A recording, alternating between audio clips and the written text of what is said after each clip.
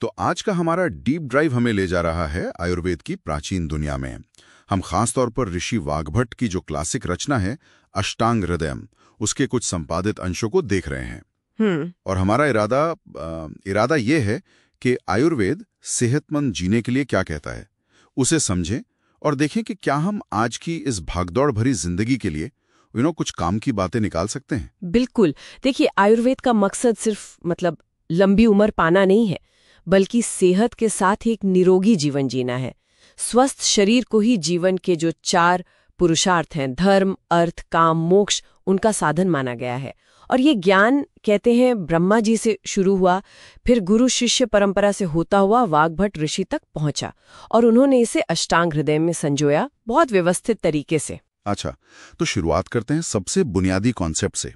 त्रिदोष, ये वात पित्त कफ आखिर है क्या और शरीर के लिए इतने जरूरी क्यों माने जाते हैं? हाँ, तो ऐसे समझिए कि ये शरीर की 3 मौलिक ऊर्जाएं हैं।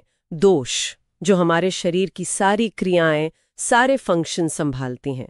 जब ये बैलेंस में होती हैं तो सेहत बनी रहती है, लेकिन अगर बिगड़ जाए तो बीमारियां। इनका शरीर में स्थान भी बताया गया है, जैसे वात मुख्य रूप से नाभि के नीचे, पित्त वो नाभि और हृदय के बीच में, और कफ का स्थान हृदय से ऊपर माना गया है।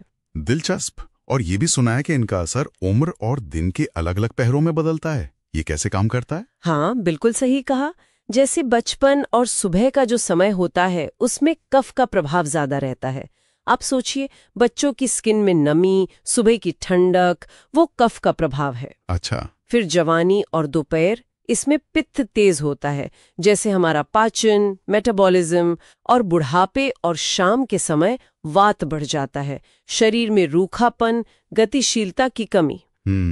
यहाँ तक कि जब हम खाना खाते हैं तो शुरुआत में कफ बढ़ता है, फिर पचाने के दौरान पित्त और पचने के बाद वात। ये एक नेचुरल साइकिल है जो शरीर को मेंटेन करती है। और ये भी है ना कि जन्म के समय जो शुक्र और आर्तवोक हैं, मतलब स्पर्म और एग, उनमें जिस दोष की अधिकता होती है वही हमारी प्रकृति या बॉडी टाइप बन जाती है। जी हाँ। और ये समदोषज प्रकृति, जिसमें तीनों बैलेंस्ड में हो, वो सबसे अच्छी मानी जाती है। बिल्कुल, समदोषज यानी बैलेंस्ड। और अपनी प्रकृति जानना इसलिए जरूरी है क्योंकि इससे हमें ये गाइडेंस मिलती है कि हमारे शरीर के लिए क्या ठीक है, क्या नहीं। हम अपना खान पान, अपनी लाइफस्टाइल, उसको प्रकृति के हिसाब से ढाल सकते हैं ताकि ये दोष बिगड़े ही नहीं। उदाहरण दे सकती हैं? हाँ, जैसे मान लीजिए किसी की वात प्रकृति है, उसमें रूखापन, ठंडक ज्यादा होती है, तो ऐसे व्यक्ति को ठंडी, सूखी चीजों से, रूखे मौसम से बचना चाहिए। पित्त वाले को ज्यादा गर्म तासीर की चीजें, तीखा, मसालेदार, इनसे परहेज करना चाहिए। और कफ वाले को भारी, चिकनाई वाली चीजें, मीठा, इनसे बचना चाहिए। ओके, तो प्रकृति समझ ली। अब इसे रोज की आदतों, दिनचर्या में कैसे उतारें? श्रुति में सुबह जल्दी उठने की बात है।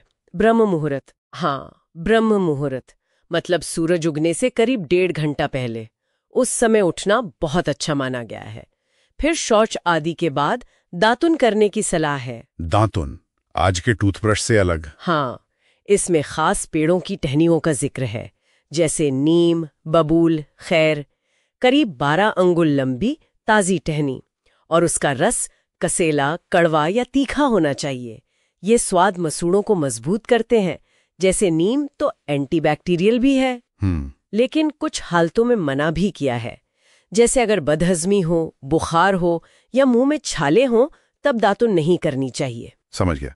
और ये अभ्यंग तेल मालिश रोज करने को कहा गया है? हाँ, बिल्कुल।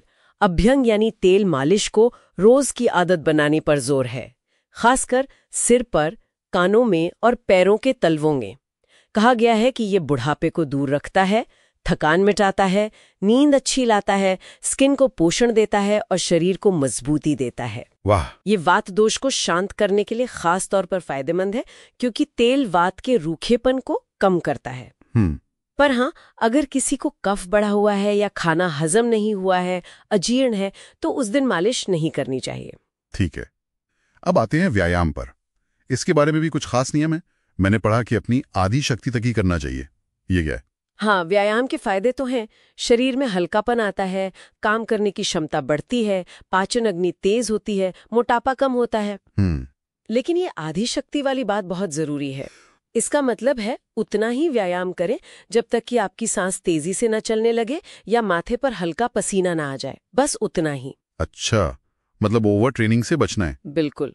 ये आज के हिसाब से देखें तो ओवर ट्रेनिंग से बचने की ही सलाह है। ज्यादा कसरत नुकसान कर सकती है, प्यास लगना, थकावट, यहाँ तक कि बुखार भी आ सकता है। और कुछ लोगों को इससे बचना भी चाहिए, जैसे वात या पित्त के रोगी, बच्चे, बुजुर्ग और जिन्हें अजीर्ण हो। ये तो हुई रोज की बातें, लेकिन आयुर्वेद तो मौसम के हिसाब से ढलने पे भी जोर देता है ना। ये ऋतुचर्या क्या है? सही पकड़ा आपने। ऋतुचर्या मतलब मौसम के अनुसार अपनी जीवन शैली और खान-पान को बदलना। आयुर्वेद मानता है कि सेहत बनाए रखने के लिए ये बहुत जरूरी है। कोई उदाहरण? हाँ, जैसे हेमंत ऋतु है, मतलब सर्दियों की शुरुआत। तब हमारी पाचन शक्ति, जठराग्नि बहुत तेज होती है। तो उस समय पौष्टिक भारी खाना जैसे गेहूं, उड़द, गन्ने से बनी चीजें, घी तेल वाली चीजें पचाना आसान होता है। गर्म पानी पीना, गर्म कपड़े पहनना अच्छा रहता है। और बारिश में? वहीं बारिश के मौसम में पाचन शक्ति सबसे कमजोर मानी जाती है।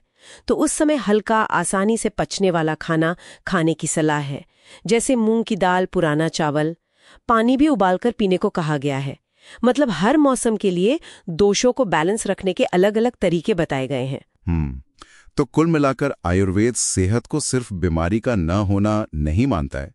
ये एक तरह का संतुलन है शरीर, मन, इंद्रियों के बीच, जिसे हम अपनी प्रकृति यानी त्रिदोष को समझकर और मौसम यानी ऋतुचर्या के साथ तालमेल बिठाकर पा सकते हैं। बिल्कुल। और ये डीप डाइव शायद हमें यही सोचने पर मजबूर करता है कि अगर हम अपनी बनावट, वात, पित्त या कफ और मौसम के असर को थोड़ा बेहतर समझ लें, तो क्या हम रोजमर्रा के जो छोटे छोटे चुनाव करते हैं उन्हें थोड़ा अलग ढंग से कर सकते हैं। शायद यही स्व जागरूकता, खुद को जानना और उसके हिसाब से जीना आयुर्वेद का सबसे गहरा सबक है, जो आज भी उतना ही काम का है।